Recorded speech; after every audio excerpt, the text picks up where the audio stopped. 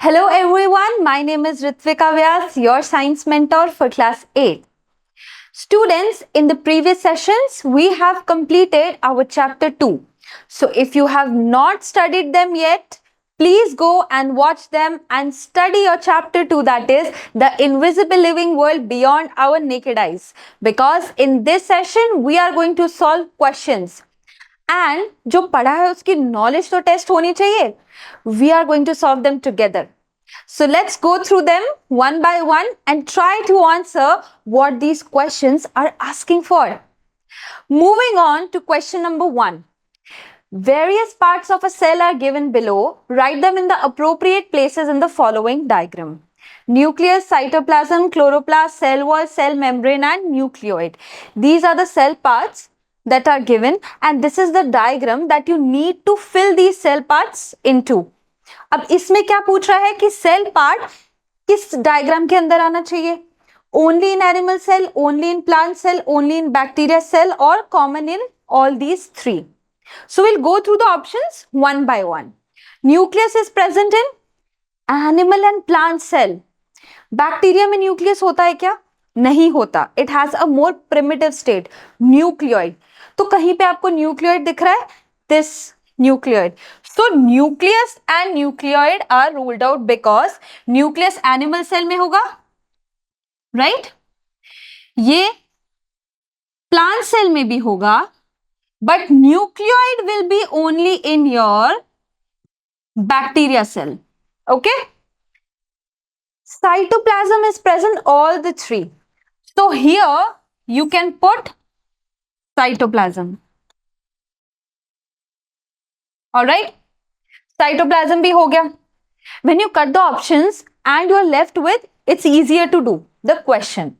Chloroplast is present only in plant cell because photosynthesis कर रहे हैं. So chloroplast is only present in your plant cell. Then cell wall. Cell wall students सिर्फ animal cell में नहीं होता. वो किस में होगा? Plant cell में और bacteria cell में दोनों में cell wall होता है. So cell wall in come here. Cell membrane is present in the common area. ये तीनों cells में present होता है. तो cytoplasm के और क्या आ जाएगा? Cell membrane भी. I'm writing it in short form. You need to write the full forms in your examination. So we have put all the option in this given diagram. That's how you solve it. Moving on to question number 2. Anandi took 2 test tubes and marked them A and B. She put 2 spoonsful of sugar solution in each of the test tubes. In test tube B, she added a spoonful of yeast. Then she attached 2 incompletely inflated balloons to the mouth of each test tube. She kept the setup in a warm place away from sunlight. 2 test tube में sugar solution डाला है, ठीक है. एक के अंदर लेकिन उन्होंने क्या किया? yeast डाल दिया. Yeast is what? A fungi, microorganism, and balloons लगा दिए and किसी warm place में डाल दिया. Now microorganisms multiply in warm places. We know that optimal temperature और condition चाहिए उनको multiply करने के लिए, grow करने के लिए. तो जब yeast इसमें grow होगा, what will it do? It will break down the sugar. अगर शुगर सोल्यूशन डाला है, एक में ईस्ट डाली है, तो क्या पता करना चाह रही हैं कि माइक्रो ऑर्गेनिज्म जो ईस्ट है वो क्या करेगा शुगर सोल्यूशन के साथ, right? Now the question is what do you predict will happen after 3 to 4 days? She observe that the balloon attached to test tube B was inflated. B, what can be possible explanation for this? B वाले में yeast था, उसमें जो balloon था that inflated. Why? क्या yeast कुछ कर रहा है? ऑप्शंस हैं water evaporated in test tube B and filled the balloon with water vapor. The warm atmosphere expanded the air inside the test tube B which inflated the balloon. क्या water का कोई भी relation है या atmosphere का है? या फिर yeast produced a gas inside the test tube B which inflated the balloon. Fourth है sugar reacted with warm water which produced gas eventually inflating the balloon. Warm air. Alright, warm air का भी कोई relation नहीं है because test tube ए में है, same sugar solution है. Magic कौन कर रहा है? ईस्ट कर रहा है. ईस्ट कर रहा है, it will break down the sugar and it will react and form alcohol and carbon dioxide. एक गैस प्रोड्यूस कर रहा है, वो गैस बलून को फिल कर रही है, उसको इन्फ्लेट कर रही है। प्रोसेस का नाम क्या है? Fermentation. Yeast will break down the sugar and will produce alcohol and carbon dioxide gas. इस पूरे प्रोसेस को क्या बोलते हैं? फर्मेंटेशन। ये हमारा खाना फर्मेंटेड फूड्स बनाने में भी काम आता है। हमने फर्मेंटेशन वाले सेशन में ये बात ऑलरेडी पढ़ी थी। She took another test tube, 1/4 filled with lime water. She removed the balloon from test tube B in such a manner that the gas inside the balloon did not escape. She attached the balloon to the test tube with lime water and shook it well. What do you think she wants to find out? अब उन्होंने क्या किया? Balloon लिया in such a manner कि उसका gas release ना हो, and she attached it to another test tube that had lime water. अब कार्बन डाइऑक्साइड है या कोई गैस है, अभी तक हमें नहीं पता, एंड वो लाइम वाटर के साथ रिएक्ट करेगी। So students, a very important thing to know is that lime water when reacts with carbon dioxide it turns milky, it turns whitish. कोई और गैस होगी तो वो रिएक्ट नहीं करेगी। तो आनंदी जो है वो यही पता करना चाह रही है कि ये गैस कार्बन डाइऑक्साइड है या कोई और गैस रिलीज कर रहा है ईस्ट। तो हम इसका आंसर कैसे लिखेंगे?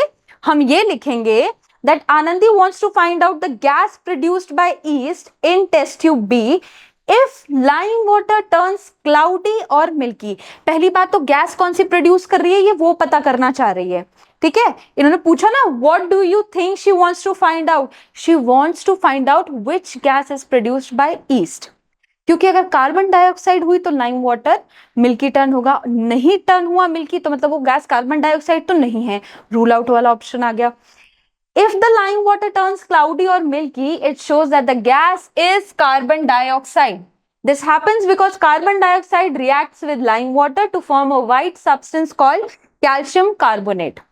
जो कार्बन डाइऑक्साइड है it will react with the lime water in the test tube to produce calcium carbonate, और calcium carbonate एक कंपाउंड होता है जिसका कलर होता है व्हाइट, इसलिए जो लाइम वाटर है जो येलोइश दिख सकता है वो मिल्की टर्न हो जाता है। अब this is for your deeper knowledge, lime water का केमिकल कॉम्पोजिशन होता है ये, alright, this is your lime water. ये एग्जाम में जरूरी नहीं है आप लिखें, बट लिखेंगे तो इंप्रेशन अच्छा पड़ेगा। ये केमिस्ट्री का एक इक्वेशन है, कैल्शियम हाइड्रोक्साइड है lime water, it will react with carbon dioxide, ठीक है। कार्बन डाइऑक्साइड ऐसे लिखा जाता है, this is your lime water, calcium hydroxide इसको बोलते हैं। When these will react they will form CaCO3, that is what? Your calcium carbonate, that will give the lime water its milky और whitish appearance. Moving on to next question, a farmer was planting wheat crops in his field. He added nitrogen rich fertilizer to the soil to get a good yield of crops. In the neighboring field, another farmer was growing bean crops, but she preferred not to add nitrogen fertilizer to get healthy crops. Can you think of the reason? Now, काफी practical application वाले questions है. These are not your theoretical questions कि आपको पूरी रामायण लिखनी है ना? Theoretical questions है, practical questions है, so you need to think like that. और आंसर करने का भी एक तरीका होना चाहिए। अगर आपके क्वेश्चन में ही 2 क्वेश्चंस हैं तो आंसर भी आप 2 पॉइंट्स में लिखेंगे। Alright, coming back to the question, fertiliser students में क्या होता है? नाइट्रोजन होता है। Nitrogen is good for the plants.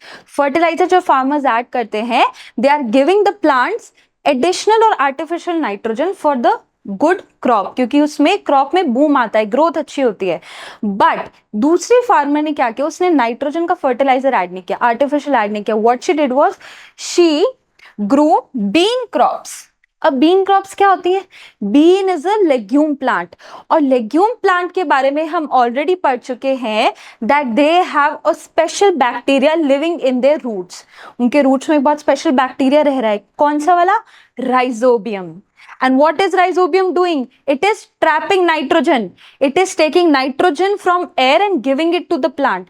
ऐसा direct एयर से जो नाइट्रोजन है वो प्लांट नहीं ले सकता, इसलिए अगर वीट हो रहा है तो हम फर्टिलाइजर ऐड कर रहे हैं फार्मर, बट बीन में जो कि लेग्यूम प्लांट है उसमें ऑलरेडी नाइट्रोजन उसको ऑलरेडी नाइट्रोजन जो दे रहा है वो बैक्टीरिया ऑलरेडी उसके रूट्स में प्रेजेंट है, इसीलिए फर्टिलाइजर ऐड करने की जरूरत नहीं है। तो आंसर क्या होगा? Beans are legume plants which have a bacteria called rhizobium in their root nodules. These bacteria take nitrogen from the air and change it into a form that plants can use. They change the bacteria in a form that plants can use. Air से लेते हैं और plants को supply कर देते हैं. Therefore, bean plants get enough nitrogen naturally, so there is no need to add extra nitrogen fertilizer. अब जब हमारे bean plant को ऑलरेडी नाइट्रोजन मिल रहा है तो हम क्यों फर्टिलाइजर ऐड करें? ये रहा आपका बीन प्लांट, फॉर एग्जाम्पल इसके रूट्स में है ये नोड्यूल्स, इसमें कौन सा प्रेजेंट है आपका? Rhizobium bacteria, right? You have your rhizobium bacteria. ये क्या करेगा? जो एयर में नाइट्रोजन है उसको ये करेगा ट्रैप, और किसको दे देगा? प्लांट को। ये आपका न्यूट्रिशन है, तो फर्टिलाइजर की जरूरत नहीं है। किनको जरूरत नहीं है? लेग्यूम प्लांट्स को, जैसे कि beans. Snehal dug two pits, A and B, in her garden. In pit A, she put fruit and vegetable peels and mixed it with dried leaves. In pit B, she dumped the same kind of waste without mixing it with dried leaves. She covered both the pits with soil and observed after 3 weeks. What is she trying to test? अब स्नेहल ने 2 पिट्स ली हैं, ठीक है। अब ये पहले बताइए मुझे कि ये है क्या, सेटअप किस चीज का है? ये मैन्योर बनाने का सेटअप है, कंपोस्टिंग का सेटअप है। हम जब मैन्योर का एक्टिविटी कर रहे थे तो हम पील्स को, फ्रूट्स और वेजिटेबल्स की सॉइल के अंदर डाल रहे थे। क्यों? क्योंकि सॉइल के अंदर है माइक्रोब्स, उनके लिए खाना हो जाएगा peels, so they will break down the peels and will give us what? Manure, right? वो डीके कर देंगे उस मैटर को। पर इन्होंने क्या किया है, 2 पिट्स में अलग अलग किया है, दोनों में पील्स डाली है, बट एक में साथ में क्या डाली है? ड्राइड लीव्स, और एक में नहीं डाली। तो वो कुछ पता करना चाह रही कि क्या ड्राइड लीव्स डालने से कंपोस्टिंग वैसे ही होती है, टाइम का चेंज होता है, कुछ अलग मिलता है मुझे? So let's see.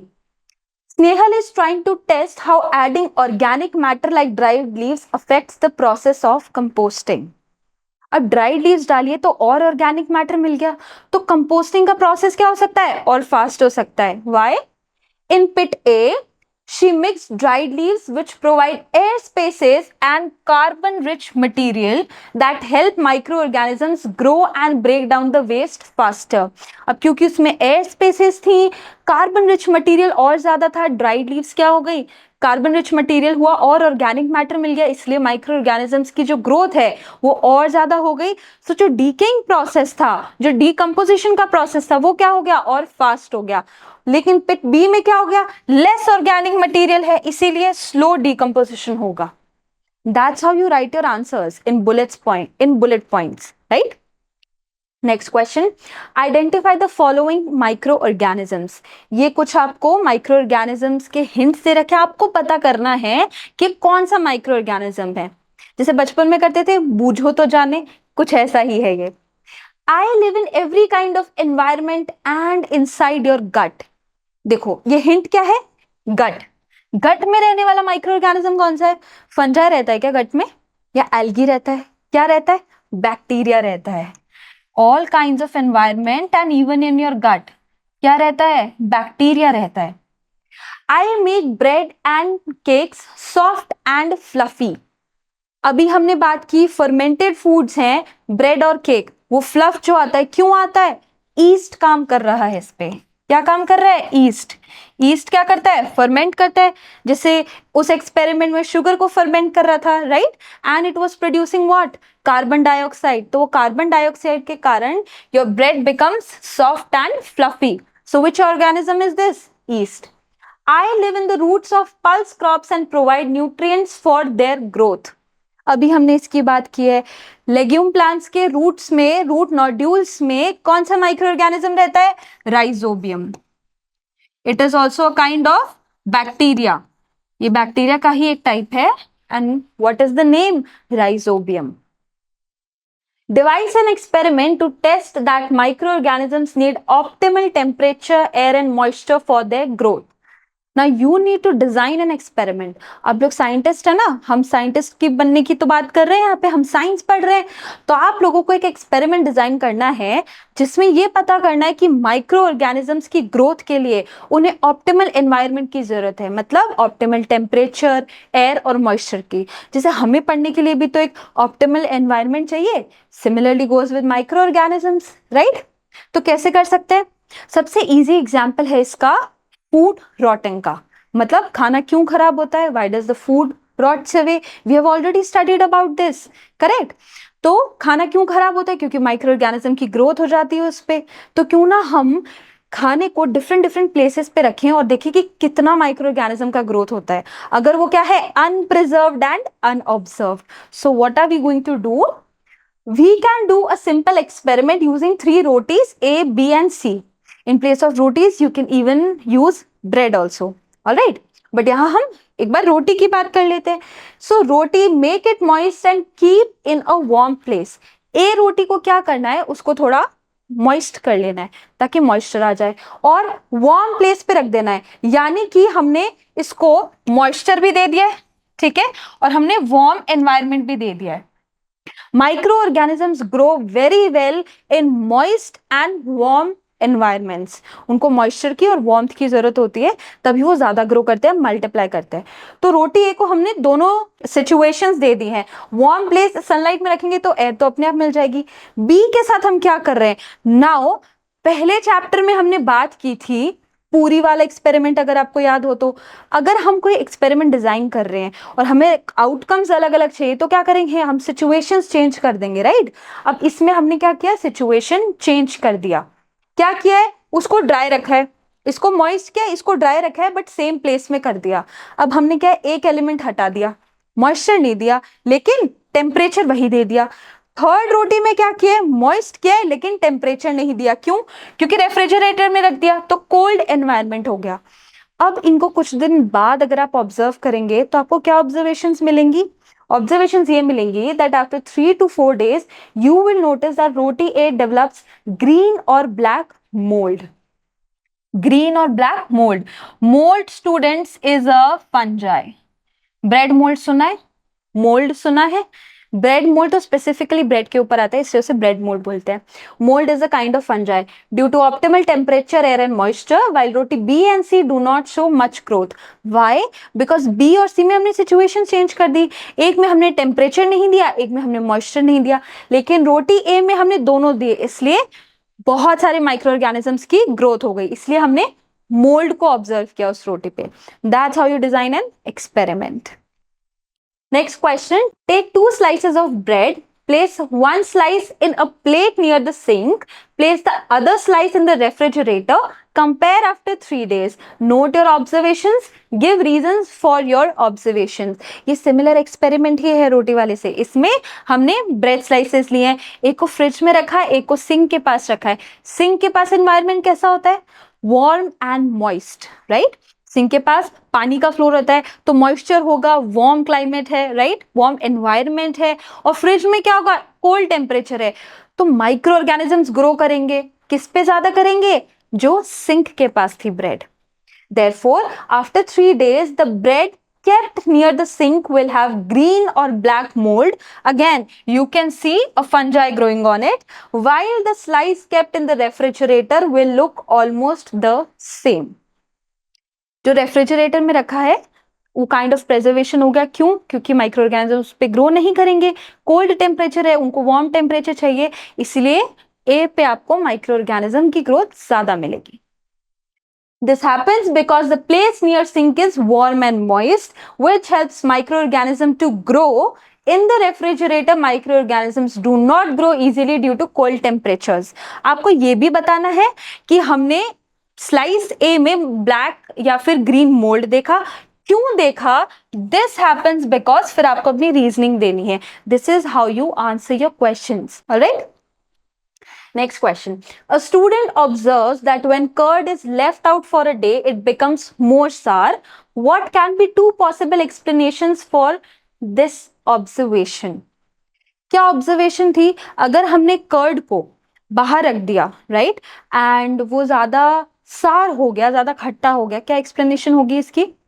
कर्ड में एक बैक्टीरिया होता है, लैक्टोबैसिलस। वो क्या करता है कर्ड में? लैक्टोबैसिलस क्या करेगा? लैक्टिक एसिड बनाएगा। हमने एक सेशन में पढ़ा था that milk turns into curd. क्यों? मिल्क में हमने एक स्पूनफुल ऑफ कर्ड डाला, उस कर्ड में था लैक्टोबैसिलस। उसको वार्म उसमें एनवायरनमेंट में अगर हम रख देंगे, वो lactobacillus will multiply, it will grow.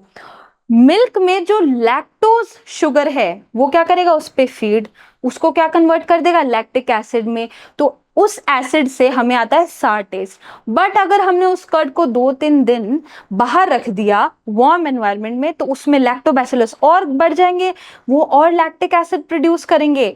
अब जब और एसिड होगा तो टेस्ट क्या होगा कर्ड का? और ज्यादा सार हो जाएगा, खट्टा हो जाएगा। Curd has a bacteria called lactobacillus which make lactic acid. They multiply in warm places and make more lactic acid. The increase in lactic acid makes the curd sour. जितने दिन बाहर रहेगा उतना दही खट्टा होता जाएगा। क्यों? Because lactobacillus is increasing and as a result lactic acid is increasing. Now this is your last question. Observe the setup given in figure and answer the following questions. Now this setup is similar to your first question. इसमें क्या डाला है? Warm sugar solution plus yeast. इसमें sugar भी है और yeast भी है, और उसमें हमने balloons लगाए थे, लेकिन in this one we added a tube which is going directly into a test tube that has lime water. क्या होगा? फर्मेंटेशन होगी। कौन सी गैस प्रोड्यूस होगी? कार्बन डाइऑक्साइड प्रोड्यूस होगी। वो कहाँ जाएगी? लाइम वाटर में। और क्योंकि वो गैस कार्बन डाइऑक्साइड है तो लाइम वाटर क्या हो जाएगा? मिल्की हो जाएगा। इतना तो आप लोग जान ही गए हैं, है ना? What happens to the sugar solution in flask A? Sugar solution को क्या होगा? फ्लास्क ए में फर्मेंटेशन होगा। ईस्ट क्या करेगा? ब्रेक डाउन करेगा उस sugar को. In flask A, the yeast breaks down the warm sugar solution to form alcohol and carbon dioxide gas. This process is called fermentation. When yeast will break down sugar, it will form alcohol along with a gas. This process is called fermentation. Which gas? What do you observe in test tube B after 4 hours? What do you think? Why do you think this happened? कौन सी gas produce हो रही थी? I just asked you a question. Carbon dioxide. So after 4 hours, the lime water in test tube B turns milky. This happens because the carbon dioxide gas produced by yeast during fermentation in flask A reaches the flask B and reacts with lime water to form calcium carbonate which makes it appear milky. इसका मैंने reaction आपको बताया था.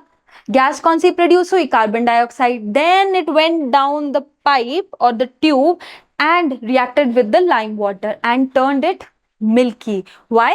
Because calcium carbonate formed. What would happen if yeast was not added in flask A? अगर इसमें yeast नहीं होता, सिर्फ warm sugar solution होता, तो क्या होता? Fermentation ही नहीं होता. Yeast sugar को break down ही नहीं करता, कोई reaction ही नहीं होती. If yeast was not added in flask A, no fermentation would take place and the lime water would not turn milky. कोई रिएक्शन ही नहीं होता तो फर्मेंटेशन नहीं होता तो लाइम वाटर मिल्की नहीं होता, कैल्शियम कार्बोनेट फॉर्म नहीं होता, right? So that's all for today's session. Let's meet in the next session. And in the next session, we are going to start our chapter 3. Till then, keep studying and thank you very much.